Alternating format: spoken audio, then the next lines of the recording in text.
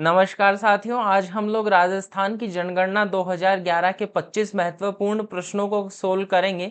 देखिए, ये टॉपिक बड़ा खास है। पूरा का पूरा टॉपिक मैंने अपने चैनल पे बहुत ही डिटेल में ट्रिक्स के माध्यम से पढ़ा दिया है, बट हम लोग अब एमसीक्यूज करेंगे, पीवाईक्यूज करेंगे। देखिएगा, पशु परिचित भर्ती परीक्षा में ये सिलेबस में ये टॉपिक दिया हुआ था और हर शिफ्ट में दो दो तीन तीन प्रश्न इसी टॉपिक से पूछे गए थे। ठीक है, तो फोर्थ ग्रेड के लिए काफ़ी यूजफुल होगा, साथ ही में रीट परीक्षा के लिए भी काफ़ी काम आएगा, जो अध्यापक भर्ती मुख्य परीक्षा उसके लिए। बिना टाइम जाए कि हम लोग शुरू करते हैं। हमारा पहला प्रश्न है, व्यवस्थित व दशकीय जनगणना की शुरुआत कब हुई? आपको चार ऑप्शन दिए गए हैं: 1872 ईस्वी, 1875 ईस्वी, 1881 ईस्वी, 1891 ईस्वी। देखिएगा, जो भी बच्चे आंसर अगर आता हो तो फटाफट से वीडियो पॉज करके कमेंट में आंसर लिख दें, ताकि आप लोग बाद में ऐसे दिमाग में बदले ना क्वेश्चन और आपको अपने जो एग्जैक्ट मार्क्स हैं उनके बारे में पता चल सके। चलिए, व्यवस्थित और दशकीय जनगणना की शुरुआत हम लोगों को पता है कि हम लोगों को साफ साफ मैंने कल की क्लास में आपको बताया था कि 1881 से व्यवस्थित और दशकीय जनगणना की शुरुआत हुई थी। 1872 से भी जनगणना की शुरुआत थी, लेकिन व्यवस्थित की बात करें तो 1881 से शुरुआत हुई थी। प्रश्न संख्या 2 देखिएगा, राष्ट्रीय जनसंख्या आयोग का गठन कब किया गया? राष्ट्रीय जनसंख्या आयोग का गठन कब किया गया? Option A 1948, option B 1993, option C 1947, option D 2000 ईस्वी। ठीक है, यहाँ पे ऑप्शन सी है, थोड़ा मतलब लिखने में गड़बड़ हो जाती है, कोई दिक्कत नहीं है। तो इसका आंसर हो जाएगा 1993। राष्ट्रीय जनसंख्या आयोग का गठन 1993 में किया गया। प्रश्न संख्या 3 की तरफ देखिएगा जरा। प्रश्न संख्या 3 क्या कहता है? जनगणना 2011 का शुभंकर क्या था? शुभंकर होता है जनगणना का, हर एक जनगणना का हम लोगों को पता है। जनगणना 2011 जो हुई उसका शुभंकर क्या था? प्रगणक, बी ऑप्शन है प्रगणक शिक्षक, सी ऑप्शन है प्रगणक शिक्षिका, और डी ऑप्शन है बी और सी दोनों। देखिएगा, इसमें अगर आपने नहीं पढ़ा हुआ तो आप लोग ऑब्वियसली ऑप्शन डी चूज करोगे, क्योंकि आपको ऐसे लगेगा कि शिक्षक और शिक्षिका दोनों एक ही समान होंगे, शुभंकर में कुछ भी हो सकता है, लेकिन ऐसा नहीं होता। जनगणना 2011 का जो शुभंकर था वो था प्रगणक शिक्षिका। मैंने, आप लोग देख सकते हैं, जैसे कि पिछले दो वीडियोस जो मैंने जनगणना पे अपलोड किए थे उनमें मैंने थंबनेल पे फोटो डाली थी एक शिक्षिका की, तो वो ही राजस्थान में जनगणना, राजस्थान का ही नहीं पूरे भारत की जनगणना 2011 का शुभंकर थी। ठीक है, चलिए प्रश्न संख्या 4 की तरफ बढ़ते हैं। जनगणना 2011 में किन्नरों की गिनती किस वर्ग में की गई थी? पुरुष वर्ग, महिला वर्ग, या फिर ए और बी दोनों, या फिर चौथा ऑप्शन है हमारा इनमें से कोई नहीं। देखिए, इनमें से कोई नहीं तो तब होगा जब किन्नरों की गिनती की ही नहीं गई हो। ठीक है, लेकिन 2011 की जनगणना की विशेषता थी कि इसमें किन्नरों की गिनती भी की गई थी और इनकी गिनती जो है वो पुरुष वर्ग में की गई थी। तो ऑप्शन ए हमारा आंसर हो जाएगा। किन्नरों की गिनती किस वर्ग में की गई थी? पुरुष वर्ग में की गई थी। क्लियर है सभी को? चलिए, प्रश्न संख्या 5 देखिएगा जरा ध्यान से। राजस्थान की कुल जनसंख्या कितनी है? बहुत ही सिंपल सा सवाल है, एकदम आसान सा प्रश्न है। ठीक है, लेकिन इसमें भी ना डाउट क्रिएट करेगा। किस प्रकार से करेगा, आगे एक दो प्रश्न और डाले उनमें मैं समझाऊंगा, बट इसका सीधा सीधा सा आंसर आप लोग रट के रखिएगा। राजस्थान की जो कुल जनसंख्या है वो 6.85 करोड़ है। ठीक है, राजस्थान की कुल जनसंख्या कितनी है? 6.85 करोड़। आगे चलिएगा, प्रश्न संख्या 6 देखिए। राजस्थान के किस जिले में सर्वाधिक जनसंख्या व न्यूनतम जनसंख्या निवास करती है? सबसे पहले हम लोगों को सर्वाधिक बतानी है, उसके बाद में न्यूनतम बतानी है, तो क्रम का विशेष ध्यान रखना पड़ेगा हमें। अगर क्रम आगे पीछे हुआ तो हमारा ऑप्शन बदलेगा, ऑप्शन बदलेगा तो आंसर बदलेगा, और आंसर बदलेगा तो आंसर गलत हो जाएगा। ठीक है, तो सबसे पहले सर्वाधिक जनसंख्या तो मैंने कल की क्लास में और परसों की क्लास, 2 दिन हम लोगों ने जनगणना की क्लास ली है। डिस्क्रिप्शन बॉक्स में आपको लिंक मिल जाएगा उस क्लास का भी। देखिएगा, हम लोगों ने देखा था कि सर्वाधिक जो जनसंख्या है वो है जैसलमेर में, और जो न्यूनतम जनसंख्या है, माफ कीजिएगा, सर्वाधिक जनसंख्या है जयपुर में, और जो न्यूनतम जनसंख्या है वो है जैसलमेर में। ठीक है, तो यहाँ पे जयपुर जैसलमेर किस ऑप्शन में हमारा आंसर होगा भाई? देखिए, यहाँ पे जयपुर जोधपुर है, ये तो नहीं होगा। जैसलमेर बाड़मेर है, ये भी नहीं होगा। जबकि तीसरा ऑप्शन है जयपुर जैसलमेर, तो ये हमारा आंसर हो जाएगा। क्लियर है सभी को? चलिए, प्रश्न संख्या 7 देखिएगा। प्रश्न संख्या 7 में क्या दिया गया है कि राजस्थान की जनसंख्या में पुरुषों व महिलाओं की आबादी का प्रतिशत कितना है? बहुत ही बढ़िया प्रश्न है, एकदम शानदार सा प्रश्न है, और बहुत सारे बच्चे से गलत भी कर सकते हैं। बट देखिएगा, हमने देखा कि राजस्थान में कुल कितनी जनसंख्या है? 6.85 करोड़। इसमें हम लोगों को प्रतिशत बताना है कि महिलाओं और पुरुषों का कितना प्रतिशत है। ठीक है, जरा संभलिएगा और ध्यान से इस प्रश्न को देखिएगा, क्योंकि ये प्रश्न जो है वो गलत होने की संभावना इस प्रश्न में होती है। जो पुरुषों के प्रतिशत जो था हमारी जनगणना में, जनसंख्या की गणना में, उसमें हमारा पुरुषों का प्रतिशत था 51.86%, जबकि महिलाओं का जो टोटल प्रतिशत था वो था 48.14%, क्योंकि 100 में से घटाएंगे तो यही मिलने वाला है। ठीक है, तो एक डाटा याद रखिए, दूसरा अपने आप निकल के आ जाएगा, तो ऑप्शन डी हमारा आंसर हो जाएगा। चलिए प्रश्न संख्या 8 देखिएगा कि शिशु जनसंख्या राजस्थान की कुल जनसंख्या का कितना प्रतिशत है। शिशु जनसंख्या मतलब जो 0 से 6 वर्ष के जो बालक हैं वो राजस्थान की जनसंख्या में कितने प्रतिशत थे 2011 में। ठीक है, तो इसको हमें बताना है। ऑप्शन है हमारे पास में 20.26%, 15.54%, 10.9% और 5.67%। बहुत ही बढ़िया प्रश्न है, एग्जाम में आने लायक प्रश्न है। तो इसका आंसर जानने से पहले अगर आप लोगों ने चैनल को सब्सक्राइब नहीं किया तो सब्सक्राइब कर लीजिए, क्योंकि इसी चैनल पे मैं पूरा का पूरा जीके और साथ ही में ऐसे पीवाईक्यू और एमसीक्यू सीरीज भी लाता रहूंगा। 4th ग्रेड की हम लोग इसी चैनल पे बहुत ही बेहतरीन तैयारी करेंगे। तो चलिए इसका आंसर हमारा हो जाएगा 15.54%। 15.54% राजस्थान की जनसंख्या में शिशु जनसंख्या का प्रतिशत है। ठीक है, मतलब 100 अगर राजस्थान में टोटल जनसंख्या है तो उसमें से 15.54 जो है वो बच्चे हैं। ठीक है, चलिएगा प्रश्न संख्या 9 देखिएगा कि जनगणना 2011 के अनुसार राजस्थान की जनसंख्या वृद्धि दर कितनी है। राजस्थान में जो जनसंख्या है उसमें वृद्धि कितने प्रतिशत की हुई है वो हमें पूछा है। तो राजस्थान में जनसंख्या वृद्धि दर 21.30% है। एक साइड क्वेश्चन और बता देता हूं, यहाँ पे बहुत इंपॉर्टेंट प्रश्न है, याद रखिएगा कि राजस्थान में एक ऐसा जिला है जिसकी जनसंख्या वृद्धि दर राजस्थान की कुल जनसंख्या वृद्धि दर के लगभग बराबर है, तो वो जिला हमारा है भरतपुर। याद रखिएगा 21.40% इसकी जो है वो जनसंख्या वृद्धि दर है। बहुत ही बेहतरीन प्रश्न है, कोई भी टीचर आपको ये नहीं बताएगा। ठीक है, चलिएगा प्रश्न संख्या 10 देखिएगा कि सर्वाधिक ऋणात्मक जनसंख्या वृद्धि दर वाला दशक कौन सा था। जो जनसंख्या वृद्धि होती है वो हमेशा प्लस में हो, गारंटी तो नहीं है, जनसंख्या कम भी हो सकती है। तो राजस्थान में एक ऐसा दशक आया जिसमें सर्वाधिक ऋणात्मक जनसंख्या वृद्धि हुई, मतलब कि माइनस के 6.29% उस टाइम की जनसंख्या वृद्धि थी, मतलब इतने प्रतिशत आबादी कम हो गई थी। ठीक है, तो वो दशक कौन सा था, वो दशक था 1911 से 1921 का। कमेंट सेक्शन में आप लोग मुझे इसका कारण बताइएगा। मैंने पिछली क्लासों में आपको पूरा डिटेल में बताया था इसका कारण कि क्यों जनसंख्या में गिरावट आई, तो मुझे कमेंट में बताइएगा। चलिए प्रश्न संख्या 11 देखिएगा कि राजस्थान की जनसंख्या में सर्वाधिक वृद्धि किस दशक में दर्ज की गई।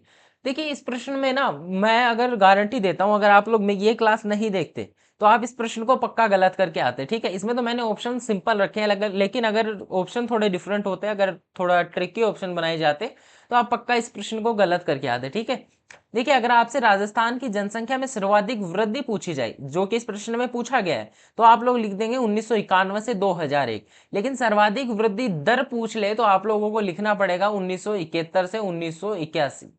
ठीक है, तो ये याद रखिएगा 1971 से 1981 वृद्धि दर के लिए है। मैं यहां लिख देता हूं वृद्धि दर, तो ये याद रखिएगा, गलत मत करिएगा प्रश्न को। प्रश्न संख्या 12 समझिएगा, राजस्थान के किस जिले में न्यूनतम जनसंख्या वृद्धि दर पाई जाती है। राजस्थान के कौन सा ऐसा जिला है जहां पे सबसे कम जनसंख्या वृद्धि दर पाई जाती है, तो वो है हमारा श्री गंगानगर। उसके बाद में हमारा जो जिला है वो था हमारा कौन सा, झुंझुनू।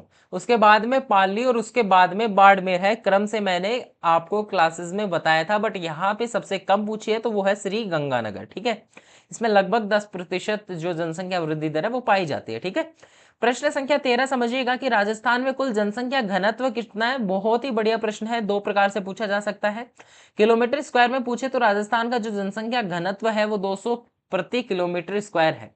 लेकिन अगर आपको वर्ग मील में पूछ ले तो 200 माफ कीजिए 519 प्रति वर्ग मील है। ठीक है, ये हमारा आंसर हो जाएगा।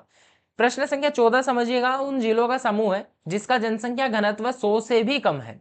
बहुत ही बेहतरीन प्रश्न है। देखिए मैं आपको समझा ही देता हूं कि सबसे पहला जो जिला आएगा वो आएगा जैसलमेर, जिसका जनसंख्या घनत्व केवल 17 है। ठीक है, जैसलमेर का जनसंख्या घनत्व केवल 17 है, तो वो ऑप्शन तो पहले ही हटा दीजिए जिनमें जैसलमेर नहीं है। तो इनमें नहीं है, ये हट गया और ये हट गया, बचे दो।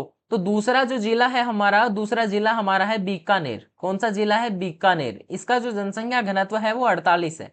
उसके बाद में हमारा तीसरा जिला है बाड़मेर। बाड़मेर का जो जनसंख्या घनत्व है वो 92 है। ठीक है, तो राजस्थान में 3 ऐसे जिले हैं जिनका जनसंख्या घनत्व 100 से भी कम है, और ऑप्शन बी हमारा आंसर हो जाएगा। क्लियर है सभी को। चलिए प्रश्न संख्या 15 देखिएगा कि राजस्थान का कुल औसत लिंगानुपात कितना है।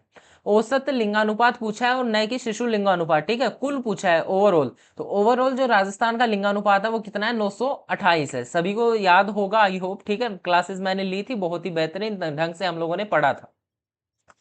प्रश्न संख्या 16 देखिएगा कि राजस्थान में सर्वाधिक लिंगानुपात किस जिले में पाया जाता है। तो कौन सा जिला ऐसा है जिसमें सर्वाधिक लिंगानुपात पाया जाता है, तो हमारा डूंगरपुर जिला हो जाएगा। सभी को याद होगा आई होप, ठीक है, डूंगरपुर जिले में सर्वाधिक लिंगानुपात पाया जाता है। डूंगरपुर के बाद में जो दूसरा स्थान पे जिला है वो राजसमंद है, ठीक है, राजसमंद जिले में डूंगरपुर के बाद में जो है वो सर्वाधिक लिंगानुपात पाया जाता है। तीसरे पे पाली है, चौथे पे हमारा प्रतापगढ़ है, ठीक है। चलिए प्रश्न संख्या 17 देखिएगा कि राजस्थान में, माफ कीजिएगा, राजस्थान के ग्रामीण व शहरी लिंगानुपात में कितना अंतर है। बहुत ही बेहतरीन प्रश्न है, यहां लिख देता हूं इंपॉर्टेंट, ठीक है। एक ही प्रश्न में आपसे 3 प्रश्न पूछ लिए एक तरीके से, ठीक है। राजस्थान में ग्रामीण और शहरी जो लिंगानुपात है उसमें अंतर पूछा है, बहुत ही बढ़िया प्रश्न होगा। देखिए राजस्थान में ग्रामीण और शहरी जो लिंगानुपात है उसके बीच में अगर अंतर की चर्चा करें तो उसका जो अंतर है वो 19 आएगा। क्यों आएगा भाई, क्योंकि राजस्थान में ग्रामीण जो लिंगानुपात है वो तो है हमारा 933, माइनस करेंगे शहरी जो लिंगानुपात है वो हमारा है 914। कितना है, 914। क्लियर है सभी को। तो इनका जो अंतर होगा वो 19 का होगा, ऑप्शन बी हमारा आंसर हो जाएगा। चलिएगा आगे चलते हैं। प्रश्न संख्या 18 देखिएगा कि राजस्थान का कुल शिशु लिंगानुपात कितना है। राजस्थान का जो टोटल शिशु लिंगानुपात है वो कितना है। तो राजस्थान में शिशु लिंगानुपात की बात की जाए तो वो है 888, ठीक है। शिशु लिंगानुपात राजस्थान का कितना है, 888। प्रश्न संख्या 19 देखिएगा कि न्यूनतम शिशु लिंगानुपात किस जिले में पाया जाता है। सबसे कम जो शिशु लिंगानुपात है वो किस जिले में पाया जाता है। मैंने आपको ना एक चीज बताई थी कि जहां पे शिक्षा या साक्षरता दर बढ़ेगी वहां पे लिंगानुपात में गिरावट होगी। तो झुंझुनू पुरुष साक्षरता दर की लिस्ट में टॉप पे है, तो वहीं शिशु लिंगानुपात में सबसे नीचे है। तो झुंझुनू में सबसे न्यूनतम शिशु लिंगानुपात पाया जाता है। प्रश्न संख्या 20 देखिएगा कि राजस्थान के कितने जिलों में औसत लिंगानुपात 1000 से भी कम है। माफ कीजिए, कम नहीं है यहाँ पे, यहाँ मैं लिखना चाहूंगा ज्यादा है, ठीक है, यहाँ प्रश्न में गलती हुई है, यहाँ लिखते हैं ज्यादा है।